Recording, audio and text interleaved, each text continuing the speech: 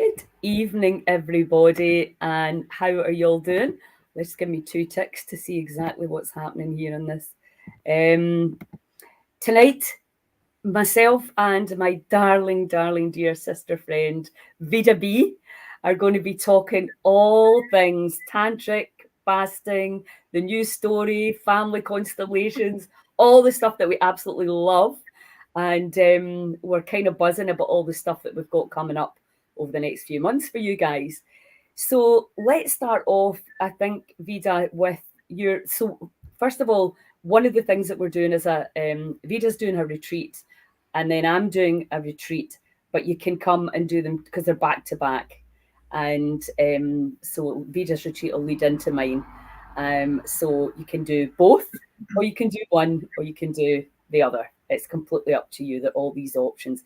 So you're going. This is your latest kind of creation, isn't it? Coming from again all the traveling and all the new stuff you've been learning, and old stuff, just putting everything together as we do. So, do you want to talk about it? It's tantric. Can you Yes. explain to people what that is? Because I think there's a whole load of, as we found out at the Goddess Gathering, there's people have got a lot of kind of fear around it. They don't fully understand what it is. So, can you make it clear what the retreat's about? I can. I don't know if I can make it clear about Tantra because that's, there are many interpretations, but I'll definitely talk about the retreat and make that clear. I mean, Tantra basically, to me, it means, well, it actually means woven together or like weaving together. So you'll understand maybe like this tantric breath. But then everyone thinks Tantra is about having sex with a partner or with someone else. Yeah. But that's not what it means to me, and that's not how I work with it. So this weaving together, if you think about this life force energy that's all around, this whatever you want to call it, some people might call it God, universe, source, whatever it is that when you plug in and you get um, that feeling, that feeling, when you just, it's like you've just plugged yourself into something and you're like, wow, that is your life force energy. So if you're not weaving together with that, if you're separate from that, where's your life force energy coming from? Where is it? What is it? So for me, that's what this retreat's about. That's what working with Tantra is about, is recognizing your connection to the divine, to consciousness, to God, to source, to nature, spirit, to whatever you want to call it, but the thing that makes us feel alive. And that's what the retreat's going to be about. So also with that feeling, as you'll know, comes a lot of pleasure. It's a pleasure feeling, isn't it? It's like, wow, I'm part of this and this is part of me. And all the shit just kind of disappears for a bit. You're like, whew. So you get it in breath work and you're like, yes, you're nodding there because it's like happens all the time. So yeah, that's what it's about. It's about how are you connected to your life force, to pleasure, to your tantra in your life, tantric life, and that can be through breath and all sorts of other practices. So on the retreat, we will be working with pleasure specifically.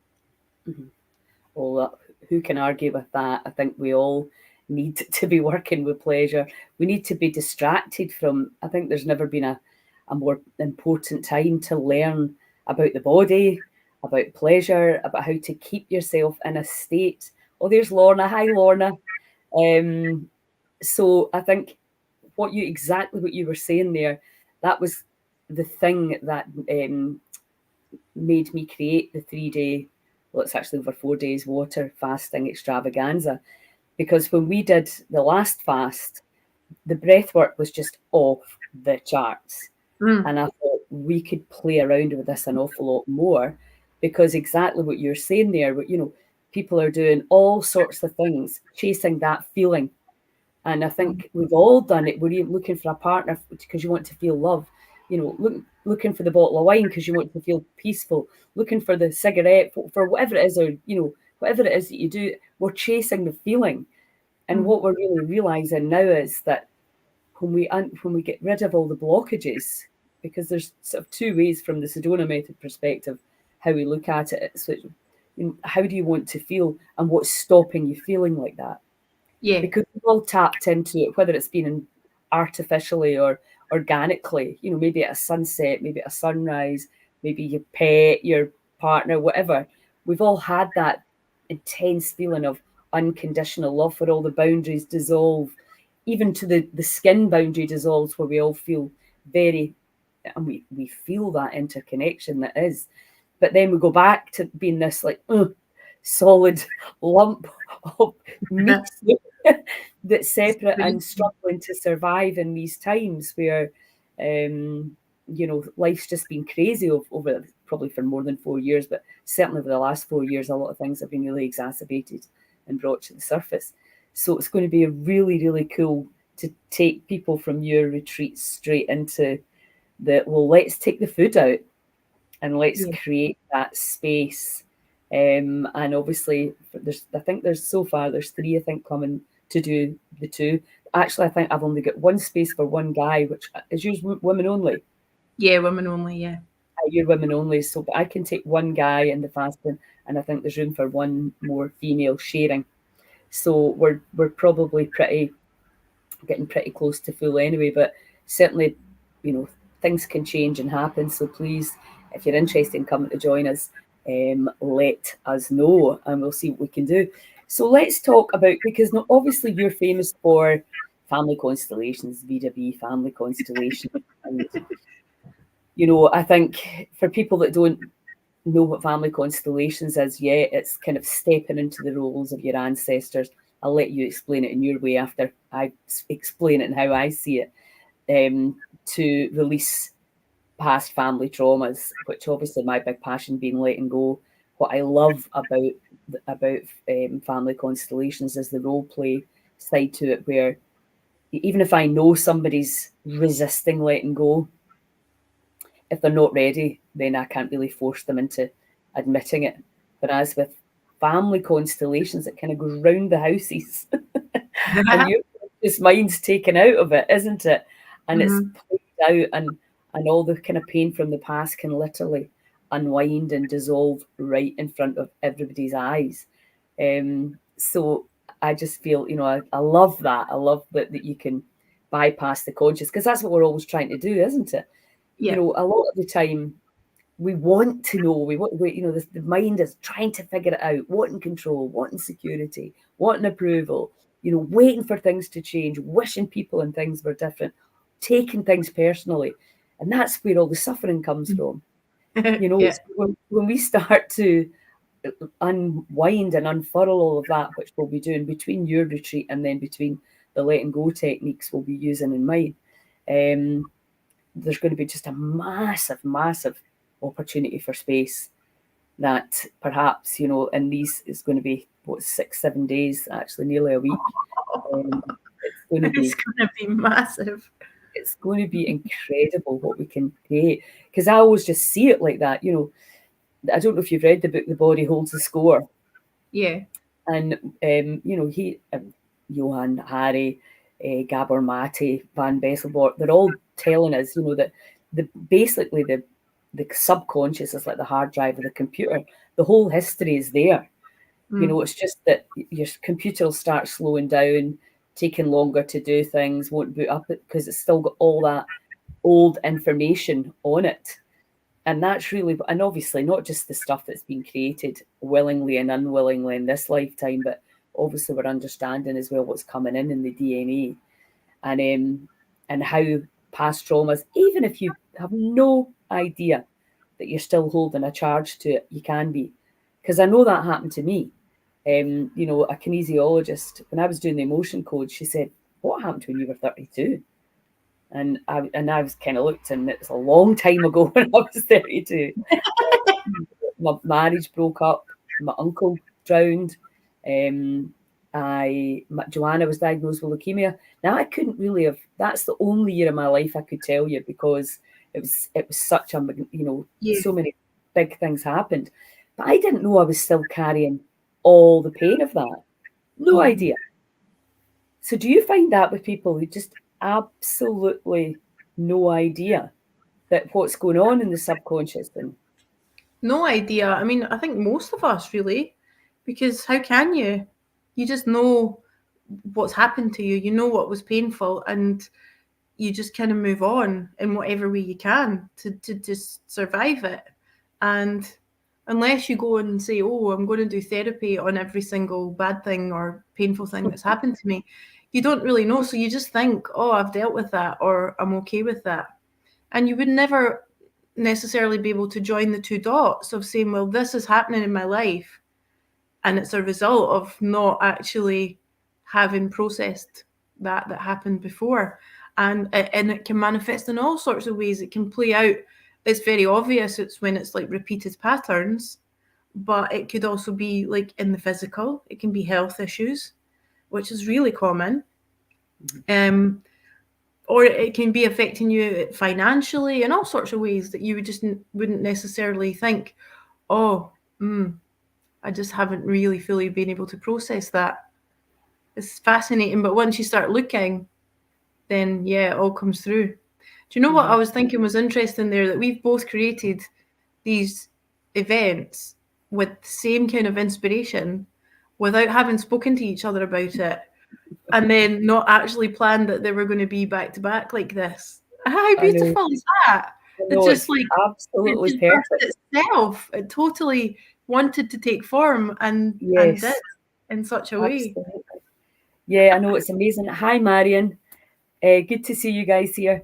Yeah, so let's talk a little bit. So, if anybody's got any questions, please just ping them in the box and we'll get to them and answer them. But let's talk about really, I think, the most exciting part of, what are we? I think most people, certainly most people that be watching us, know that this is a time of pretty significant change. And that a lot of the time that can be quite a challenge, emotionally, often physically, financially. I think a lot of people are struggling there as well. So we kind of know that something's going on, but nobody really, really knows what is going on. You're kind of like, obviously, I'm studying the Bible, and I'm like, oh, well, I quite like that story that Jesus is going to come back and fix everything. I wish I could really, really, really believe that with all my heart, because it must be lovely to have that level of faith. But your amazing teacher, who I've also done a podcast with, she really brought the new story, although we kind of been talking about it, to give it that title, the new story. Can you explain about that? Yes. Okay. I'll talk about Susan Elswager's new story, my teacher, and then I'll talk about what we're doing with it now. So she brought this through. It came as a download to her about 40 years ago, and she just didn't know what to do with it. But it was this new story of dissolving separation and what's your place in it, and that's what she really works with. Her offerings are very much geared around what is your place, your specific place in the new story. If you're looking seven generations down the line at your descendants and you're looking them eye to eye, and they're saying, "What did you do in this changing time? Like, what is your place?" And it's different for every single one of us. It's not that we all have to be activists, or it's the within. It's the what did you do within. So this new story that she's talking about is being able to surrender to this flow that you have got no choice over, because it's happening. It's happening. You can't stop it from happening because it's a collective shift. But what are you going to do? Are you going to hold on to that little branch as this whitewater rapids gush past you and hold on for dear life? Or are you going to actually trust and just let yourself go into the flow of that? So that's the new story from her perspective. How I weave it in with, she also works with family constellations as well.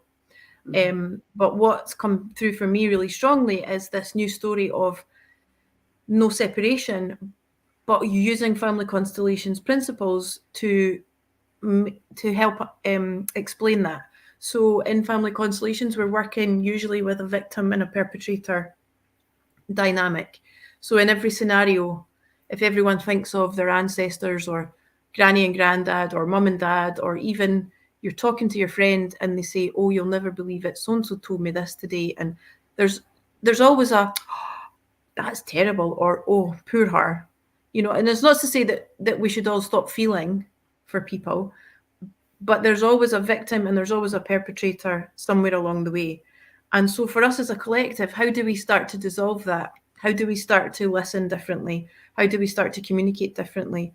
How do we start to process things within us differently that either leaves you victimized, which happens to us most of the time because it's how we're conditioned to feel, well, that wasn't fair for me, I didn't like it. So then you're now in a victim consciousness. And quite often what you were talking about, what you might be holding in your body since you were 32, there's a victim story within that, because it was bigger than you. Trauma is something that's bigger than us and we can't process it, so we naturally become victimized. So this is the new story for me. How are we all able to change our perspective, shift within us, to expand, to be able to communicate and interact differently, not just within ourselves, but within our family units, within our friendships, within our work, within our collective? How do we actually start to do this differently? There's a new story here, and it's not them and us, baddies and goodies. Yes, and this I think is going to be the biggest challenge, because I think you talked about it when you were talking about the news story. It's not about what you eat, because nutrition's become another thing to be so superior about. Oh, look what I eat, and compared to you, but that what it really comes down to is loving your neighbour, isn't it? I know, regardless of their postcode, their what team they support, what religion they are, all of that. And I think that's going to be the most challenging thing, because we're so divided, aren't we? Politics, everything is political now. People don't speak the truth at all because they're too scared they'll get cancelled. And we don't know who to trust. There's been a phenomenal change in how we perceive the government, the pharmaceutical companies, even the law. It's like everywhere you turn, it's like, well, they're getting paid to do, see and be the way they are. So therefore, you're not really seeing the true humans. That whole thing, well, oh, my boss told me, or whatever it was, or I would lose my job if I didn't do it. The whole kind of idea of like, where's your morals and what are you willing to give up, because I'm not willing to give up in order to be honest, ethical, moral, and stick to your values, because that seems to me to be the biggest thing. You're seeing the absolute worst in humans, but you're also seeing the absolute best some ways. But how can we? I think as well, we've never actually been taught how to stick to our morals without there being separation.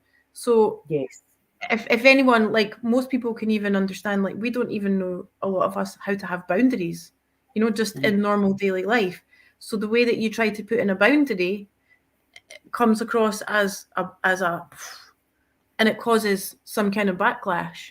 When people start to say, well, that's not good, that's not okay for me, or this is, how do you actually stand up for your morals as an individual without what you're standing against becoming a perpetrator with judgment? So if you're standing up to a corrupt system, how can you stand up for those morals against corruption without the separation and the victim perpetrator mentality? It's like they don't go together, but that is the new story, and it is possible. That's what we're here for. Otherwise we continue the power imbalance of power, one way, because there'll always be a bigger and a smaller in that sense. Yes, if we keep and that's the problem, isn't it? Family constellations. I mean, I always love the way you say that. Who's the wee one and who's the big one? And the idea is that we're actually all the same. We all have to come to the same size. And a victim perpetrator, yeah. If it's parents and children, there's big ones and wee ones. But if it's victims and perpetrators, they need to be the same size, exactly. Otherwise, there's this separation, and one has power and one doesn't. Mm-hmm. I know, and that's because the way it looks to me is that, we're going to have to, in order to get to that place, we're all going to have to stand in our power almost, and stand in that sovereignty, and just say we're not going to participate in poisoning the waters, we're poisoning the topsoil, we're going to find a way to work with Mother Nature. But there's going to have to be enough of us to do that. We're going to have to learn basic skills, maybe do out some of the shiny, sparkly things. I'm just really intrigued as to how it's going to pan out, and the judgment, the heavy, heavy judgment of each other that we I can't all have. I can't see a way through it without working on the judgments. And to do that, you have to work inside first. You have to work on your own shame, your own judgments, your own anger, all of the things that you get that you don't like in other people. It's how do we, you're not going to see it or be triggered by it in other people if it's fully And you, resolved within you. If it's not resolved within you and it's not at peace within you, you're going to get triggered senseless by other people. It's not to say that we all have to become Zen masters and be monks. Emotions are important, and the flow of emotions, the ups and the downs, and the bursts, and then the peacefulness, like, it's all super important. But in terms of actually holding shame, blame, anger, judgment, fear, victim stories, these are so powerful that they are going to keep causing the separation. So this is why through family constellations, through this tantric work, where I am aiming to support in releasing shame and blame, especially through the family constellations, we're working on blame, judgments, and taking personal responsibility that everything's co-created. And through the tantric work, it's releasing shame, because that's the main blockage. So if we're looking at sexual abuse, or if we're looking at unsafety, or whatever it is that causes shutdown, that causes this, what you would refer to as sexual energy, but you can also just call life force energy or pleasure energy, as it comes through as the kundalini. If you are not connected to that because you're shameful in any way, or you might not even know why you're not connected to it, it doesn't matter. If you're not connected to it, you're suffering, you're withering, and there's elements there that are going to come through as shame and separation. So, like, when we start going into all of those energies, and you don't need to know why they're there. You don't need to go back into them to release them. Like, we don't need to do any of that. It's completely different with this new story, but there needs to be acknowledgement that a blockage is there and that shame is there. A lot of people just carry, oh no, I'm all right, just carry on. Everything's okay, just carry on. it takes so much courage to admit, doesn't it? Because we want to deny that we ever felt like that, or that we, and also sometimes I think you forget as well. You forget. It's like in Sedona method, we talk about, you put an elastic band around your wrist. It might feel a bit tight, but if you leave it there long enough, you'll forget it's even there. And that's kind of what happens with the past. It doesn't mean to say that it's not causing an effect. And, again, from the Sedona method perspective, we talk about your health, your wealth, and your relationships. And I always say the relationships are the most important, because if you've got brilliant relationships, you'll probably have great health and a lot more wealth, because most of our wealth comes from relationships. And certainly when it comes to health, and, the more I've been kind of panning back and thinking about our healing centre, etc., if we don't have strong communities, you're constantly going to be putting back people that are got well or getting well back into a community where it can't be held. Yeah. So that you can have as many healers and experts as you want in the world, but this is not something that happens with one person. But every one of us has to do the work. And, you know, we've talked about this before, how, you know, and I include myself in this, I'm sure you do it as well. If you're feeling good, you don't really want to go back into the mud. You've just had a shower, you're just like, can let this kid on, that's not there, or oh, it's fine, it's fine, it's fine. You know, I'll use the analogy with a ski boot. You know, if you've been skiing all day and that feeling when you take your undo the clips and you go, ah, but in actual fact, you can just take the whole boot off and it feels even better. But it's Uh-huh. almost like as long as we can just feel a little bit of ease. And you know what you're saying about the kind of life force energy, whatever you want to call it. I personally see it as that kind of unconditional love frequency that we can tap into using changing the frequencies of the brain and changing the tensegrities of the cell so that that energy flows, and you know, because it feels amazing. And you know, some people have not felt that maybe ever, depending on, you know, and it's really sad. And I just think it's 2024. Come on, let's stop history repeating itself. Let's stop. We know what to do now. We know about the past. Let's just get on with the job in hand.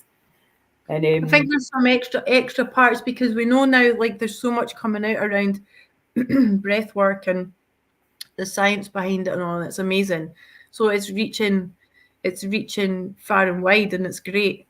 But there's another part that I feel like we need to dig down into, which is around shame and the thing around this collective idea. Especially, this is why my retreats for women. This idea of, you know, like in Kate's workshop at the gathering, and you're either so you're either frigid or you're a whore, you know, like it's the prostitute or the saint, or where are you in the scheme of things? And why, you know, why is it one or the other? This, whilst there's taboo in our community around sex, pleasure, um it's all not talked about. Also miscarriages, abortions, adoptions, any issues, women's issues with the womb, it's all shh. Even menstrual cycles. Okay, we're getting to talk a wee bit more about menopause and things coming more into the, but whilst this all of this remains, you know, hush hush, there's a shadow around it. There's a shame around your own, whether it means you've got a partner or not, whether it's self pleasure or whether it's pleasure just through other ways in your body or your lifestyle. But whilst that whole thing is just on the outskirts, I can't see how we're going to make shifts. It has to come through these grassroots. We can grow our own food, we can do breath work, we can do meditation, we can do all of that. But if we're inside, if we're shameful, and we're still not talking about the fact that it's, you know, you should only have sex with your partner in the bedroom with the lights off once a week or whatever it might be, depending on your family, depending on your religion, depending on your culture, your country. Whilst we're all held by these rules and ideas of right and wrong, we're not, like, every single one of us is a fingerprint. We have our own unique. I was talking to my mum today and I was like, imagine this energy as like, or imagine sex as this bowl of pasta. And everyone, if I eat a bowl of pasta, you eat a bowl of pasta, it's the same pasta, right? It's going to taste totally different to you as what it's going to, that whole experience is going to be different to you than it is to me. And then your body might have a different reaction to pasta than mine. You might not be able to have it 5 times a week. I can. Somebody might tell you at school or wherever you go, don't eat pasta because it's really bad for you and you're going to end up like this. Or, you know, some people, but you know, anyway, it goes on and on. And, or you might have choked on a bit of pasta once and you never want to have it again. mm-hmm. You know, Yeah. or somebody might have force fed you pasta when you didn't want it and now you're completely traumatized by pasta. So it's completely different for every single individual. But if you talk about it as pasta, it's fine. But if you talk about it as an orgasm or sex, it's like, whoa, this is, and once it's normalized, Uh-huh.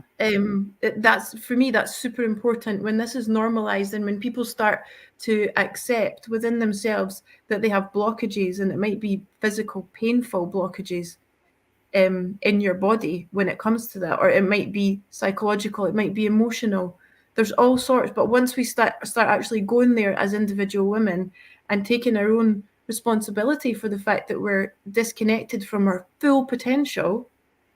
And I mean, when I say full potential, I don't just mean to orgasm. I mean to have pleasure in your life, to thrive and to glow and to have all of that same energy that you have after you've done an amazing breath hold. And you Yeah. squeeze and you squeeze and you squeeze and you squeeze and it goes up. And this this can also happen, doesn't just happen with breath.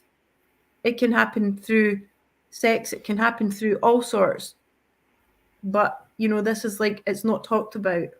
It's Mhm. shameful. Or you have to be like an exhibitionist. Yeah. So Is there is there any and culture that doesn't perceive it like that? I don't know. I mean, all the places I've been around the world, it's very different. I think some Hmm. places in Europe have a much healthier, but I don't know because I'm not from Hmm. there. All I know is how I was brought up here, and what happens in this country, in this United Kingdom, is really unhealthy for us as women and as men. But as women, and some, it can swing from one side to the other. We might be very active in that way, but it might not always be in a healthy way either. So you might think, oh, I'm great, I've got, I'm not blocked at all. But what's your relationship with it? And that doesn't necessarily mean it's healthy either. There are so many parts to what's going on down there and around in the body, especially if you've had pregnancies or children, or every single woman's got a story, an individual story with how sex was introduced to them and what's happened with their womb, their yoni, and all of their sexual energy with all the Hmm. different partners or not. Every single one of us is completely unique, and yet we all think we have to be the same. Absolutely. And that's getting driven more and more now, isn't it? It's like the monoculture, it's everybody should be the same and should be getting the same results, should be interested. It's like, it's crazy. Kaz is on there. She's, yeah, once you feel that unconditional love frequency, you can't go back to business as usual for sure. Hi, Yeah. Kaz. And Lorna, she's saying collective gatherings to create collective feelings. That's basically, yeah, exactly. We know the enormous power of doing this work together because we did an inner dance training 7 days, 23 of us, and it was very clear that as soon as one person is willing to open up, it gives everybody their permission. So the courage comes from, somebody will lead, and then soon the floodgates open up. And it's not about you having to tell any secrets or anything like that. That's not about that at all. It's about willing just to be with your own body and intend that you're just going to be in this really expanded, clean, light state. Because when you're like that, everything just moves and flows anyway. It's really all we're doing is getting out the way.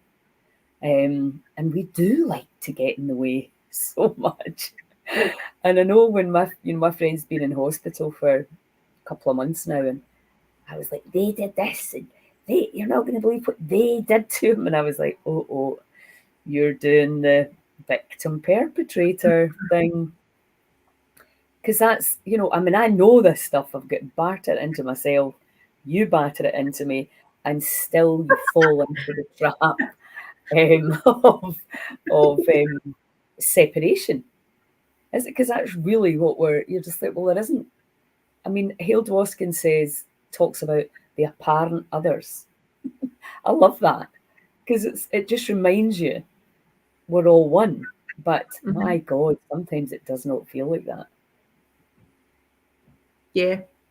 And everyone, all of these different people, they're all they're all the archetypes that are within us.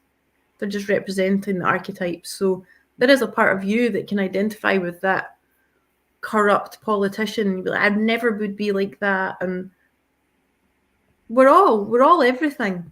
And not, and of course, in Serena's words, we're all of it and all that's in between and none of it.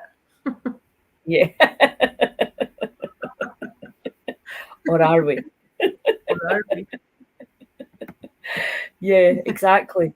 So, and the other thing that I wanted to talk about was for anybody who's experiencing dis-ease, you can use the constellations because we talk about family constellation, but you can really do it with any any system, can't you? Do you want to just go into that? So, for example, if somebody had cancer, say breast cancer, how do you use the constellation system to unravel that? Well, it's family constellations is a part of it, but it's also called systemic therapy. So it applies. It's the same rules that apply, or the formulas that apply to any system. So it might be your family system, it might be your business organization system, it might be your body health organs system. It can apply to anything. Actually, I'm going to start doing yoni constellations.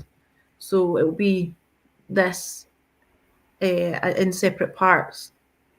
You Mm-hmm. know, so there might be the entrance, the wall, the cervix. There might be pleasure there. There might be pain. There, you know, and see what all of them. What are they all saying to each other? Mm-hmm. So yeah, it's possible with anything. Um, but yeah, the health. I've done quite a few on cancer and things. And what was coming up was like when you actually put an embodiment to the cancer, the energy of the cancer, when that's embodied and it speaks, it's fascinating. It's different. It's different for everyone where it's coming from.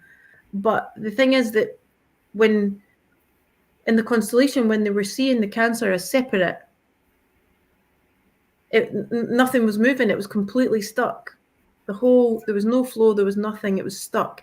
The cancer was over in the corner, sitting down, just rejected, excluded. The perpetrator. Actually, the healing movement was towards the end. Was when actually cancer was accepted as part of the client herself. Uh-huh. You are part of me. Yeah. I am creating you. And It's just the separation thing again, isn't it? Because I've heard a few people say, "I just want it out." You just want to be separate from it, which is a perfectly natural and human feeling. But yeah, it's a completely different way to look at it.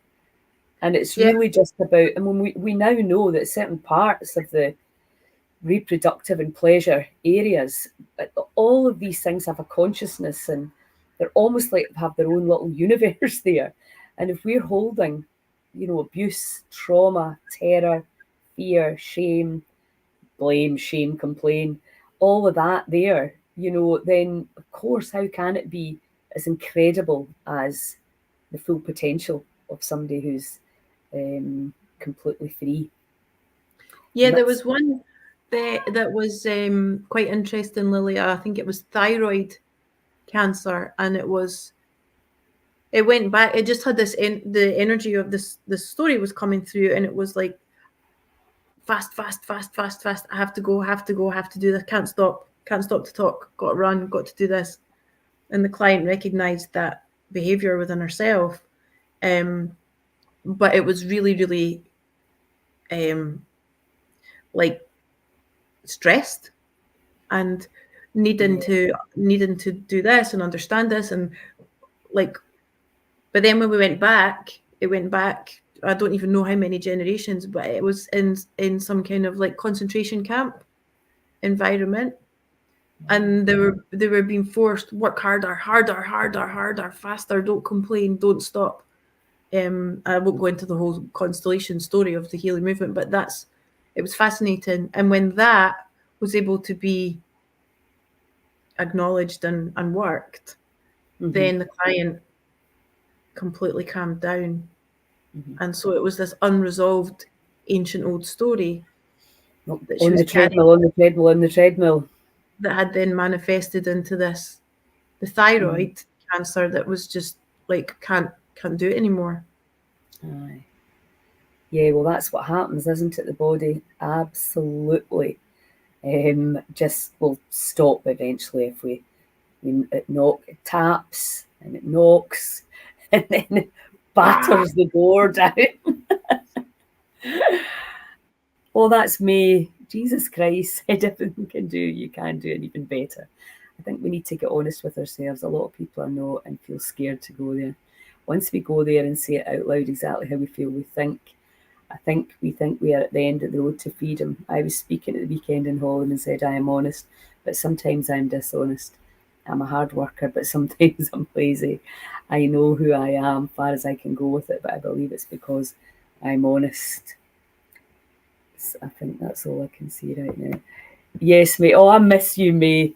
Have you met May, Vida? I don't know. Have I? You might not have actually. She's come in the wild medicine retreats. Oh, she's a bloody scream.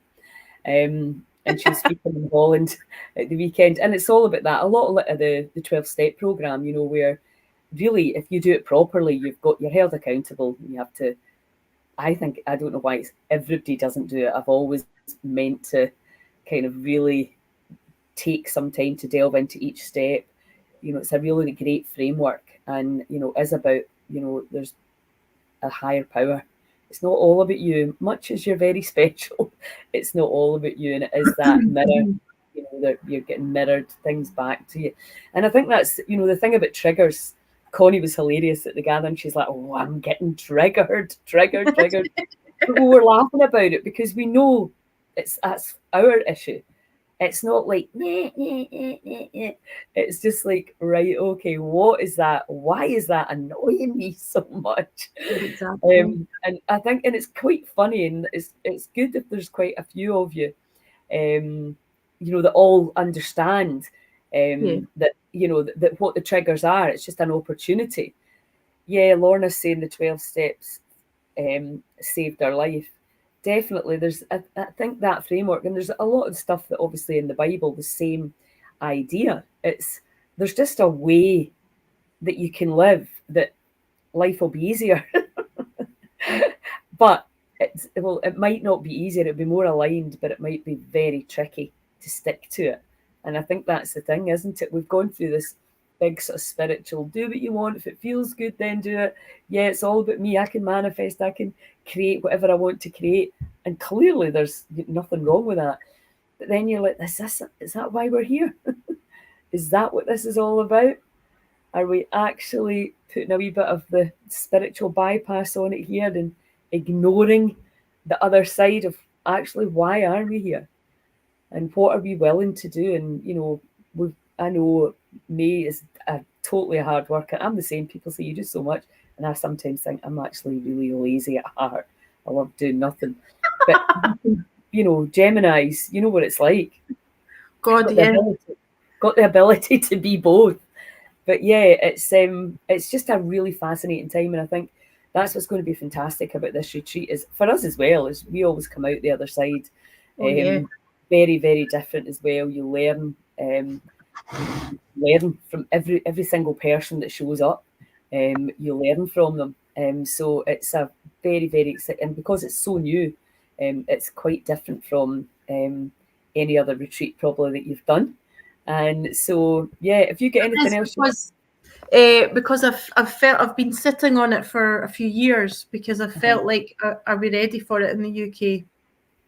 I don't know, but yeah, it feels like now. I think there's like maybe 4 spaces left.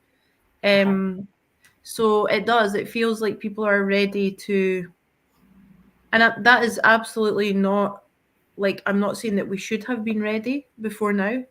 I'm just really honouring women now that are really, as we've been talking about, because it's very scary and it's Mhm. very bold and brave to go to these places. So I'm really honouring the women that are doing this now, that are actually saying, okay, I'm going to look at this, because a lot of the women that are coming with nerves, because they're actually saying, I am not as connected as I would like to be. And that means we're going to be looking at the blockages.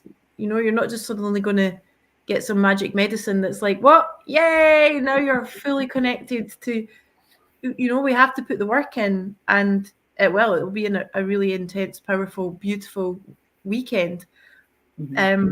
So yeah, that's why I think we really had to just wait until something shifted in the collective, and then we're ready to say, enough. Actually, I've had enough of this shame, this stigma, this being stuck in like half living my life, or whatever it is. Everyone's got a different reason for coming. Whether there's a sexual abuse story there and there's just so much fear or shame, or, you know, it can be body shame, it can be all sorts, or it can be fear, feeling unsafe, it can be just like motherhood, just sometimes numbs you to the fact that you're more than a mother. And birth trauma as well.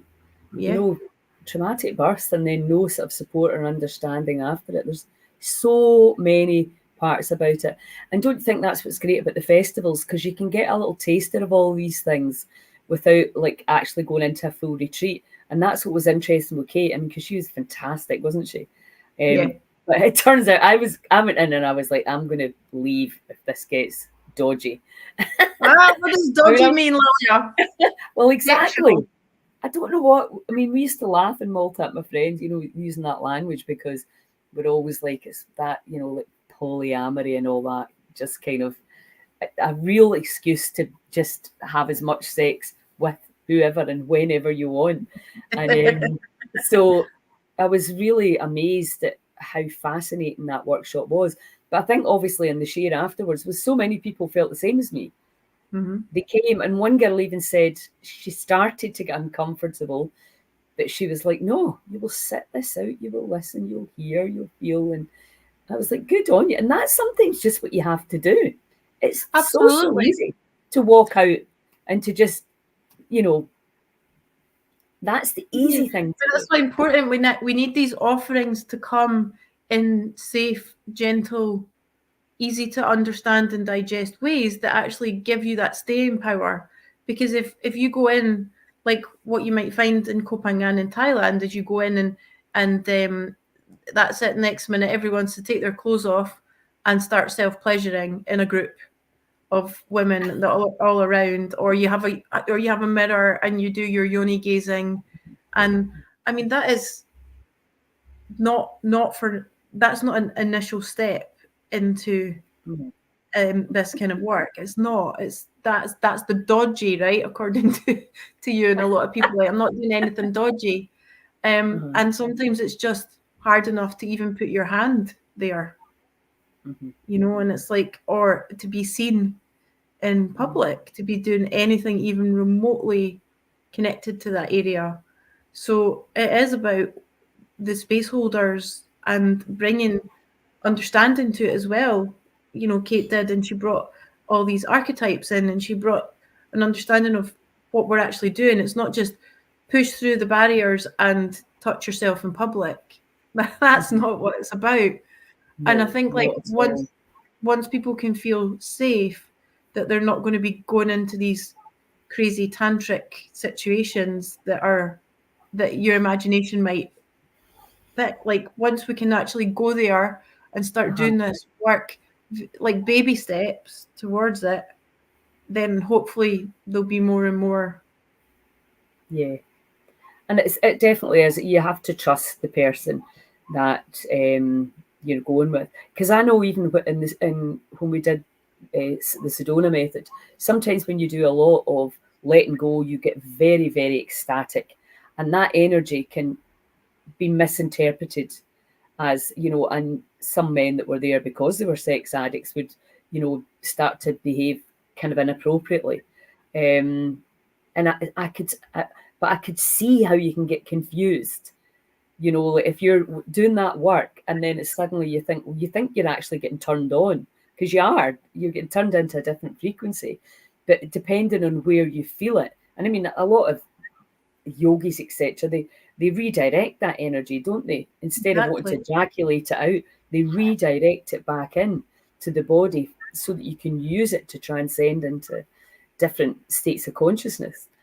And Well, it's this just is what I something. believe Jesus and Mary Magdalene were doing um, Uh, with that technique. So yeah, there's so much tantra involved in that as well, and it's strengthening your other bodies, uh, and this is why it's important to actually understand and work with it mm-hmm, through ourselves, as because actually it's another form of meditation, it's another form of strengthening. If that's what you're doing meditation for, it's like, how are we strengthening all of our bodies?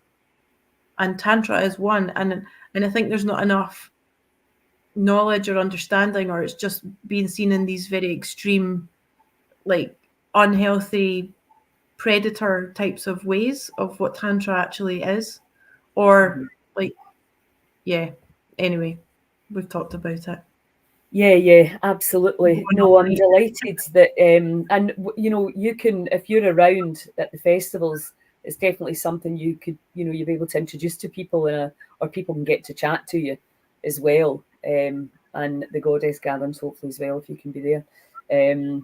So we can really start to, because it really struck me how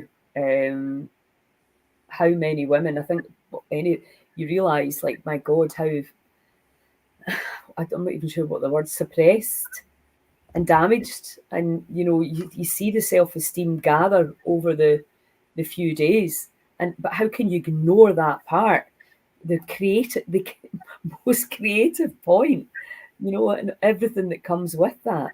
It's such a phenomenal miracle that you can create another human being through our body, but also the abuse and the shame, as you say, that can come with that entire area. So it's time we get that out from under the carpet as well, and You just know, my settle. nana, I saw my nana last week, and she's 95 or something like that.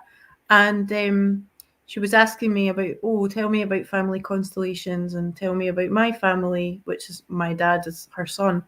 And anyway, we were having a chat. I thought I have to be quite basic here in what I'm disclosing, because I might blow her mind. But anyway, she said to me, well, tell me about my children. So I did as tactfully as I could. And then I said, but you've got 5 children and not 4, because the first one died when she was 1. And she said, oh yes, you know why? And she came closer and she said, you know why? That's because I wasn't mature enough to be her mother. She was 19, and she died of German measles. Um, Oh, but this is like, I don't know, nearly what's that's like 70 something years later, and she's held that belief that she was responsible because she was the mother. She was responsible that her baby died because she wasn't responsible enough, or she uh-huh. wasn't mature enough. And Almost so like a that punishment. that just showed me that it's in the psyche of, and that's just one of a million stories that I've heard like that, I know. and I don't think she's ever said that before. And then she said to me, she was the most beautiful one, the first one, bless her. And I just thought, wow, this woman has carried that for all this time and still believes that. And so, I mean, there's every single woman has got something that's there, whether they've had a miscarriage, whether they've had an abortion, whether they've had, as you say, birth trauma, whether they've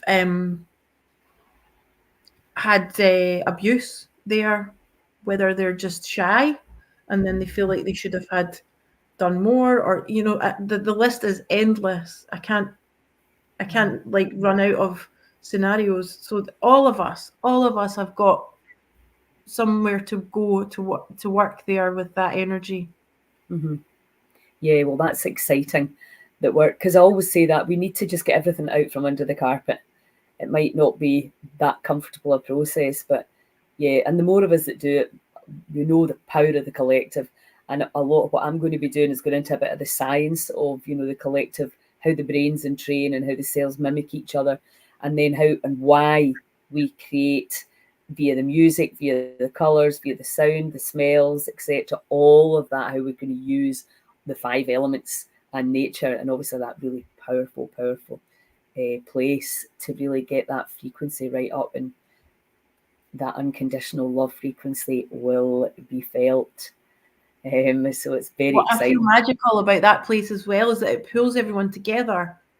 And Uh-huh. it's that thing of when we realise that we're actually not that different. We're all the same. We're all Yeah. connected. And even though we've got different life stories, their stories, we all have the right to feel this powerful pleasure energy, source energy. We've all got the right because we're little antennas. We're humans with little antennas. Why does one person have more right than another? They don't. We've all got the right to feel that, to be connected to that. And we've all got reasons why we're not. And we're so similar. And when we can all hold space for each other and let the space hold us, it's so magical that we can actually, that is a massive shift for the collective. When what happens there at Barmoloch, it's so powerful for the collective. Yeah. And these friendships that are made, when you share these kind of experiences together. We used to get it when we would go sailing, we'd be racing, and by the end of the week you were like, oh, that's what was so nice about the Goddess Gathering, seeing Frankie and Sonia, and it was just great, because just Incredible. like-minded people that are ready to do the work, and it takes courage. We know that it takes courage, and you need to be willing to greet as every bit as much as willing to laugh your head off, because you'll also do that. Yeah. So yeah, it's a phenomenal invitation. So yeah, I'm excited. If anybody's got any questions, pop them in now, or if you're watching this on replay, I can prompt Vida, or if you've got any. I mean, I'm going to be teaching the Sedona method, the emotion codes, obviously EFT as well, and we're going to be breathing and just lightening that whole spaceship right up till we can fly home. Get high and fly in your own supply. Yeah. So yeah, I think we've covered pretty much everything. May's saying, so how do we do that? Sorry, May, I'm not quite sure what you were asking about there. Hi, Kaylee, nice to see you there. Bernie. Yeah, I think, is this about a retreat? Yes, May, it is. It's actually 2 retreats that Vida's doing a Friday to Sunday at Barmoloch on Bubble, Tantra, and bubble. then I'm doing Sunday to Thursday, the 3-day water fast. So that's what we're talking about. But also just to spread the message about family constellations, tantric work, and the new story, and obviously letting go and breath work and the 5 elements and all the stuff that we're going to be putting into this retreat, and a little bit of the science and the understanding around the energy systems and the colours and the sounds and the tones, and how we live in this universe of pure sound, and how sound is really going to be an energy medicine as the future, because it does no I think harm. we're both having inner dance, aren't we, darling? I'm doing it and you're doing it, so we'll have 2. We'll have 2 inner dances, yeah, and we'll also be having the Genius Insight sound frequencies tailored to the group with the Yes. suk blow. So yeah, we've got a phenomenal week. Kaz has just booked on to do the fast as well, so she's coming for the whole She thing. So messaged me. Yeah, amazing. yeah, fantastic. Well, I think that's us then. If nobody's got any questions, I will send you the details. Actually, I'm going to my water fast event on its own, and the combined event is on the Heal Scotland events page. So healscotland.com events, you'll find it there. Vida, where can they find your VitaHealing.me. wait a minute, I'll just put Scotland. I think it's on the Facebook as well. It And should be you on are Heal Scotland as well, because I sent it to Kirsten. Oh, right. So it'll be on there. It should be. Okay, cool. Anyway, any problems finding any of the events, just ping me or Vida a DM and we'll get it sent to you. No problemo. Okay, and if anybody's got any questions they think of later, just ping them into the box and we'll get round to answering everything. So it's lovely to see you all, guys. Vida, great to see you too, darling. It was good to catch up since the festival. May, fantastic to see you too. And yeah, have a phenomenal weekend. And for those of you that are coming to the retreat, we'll see you then. Night, night.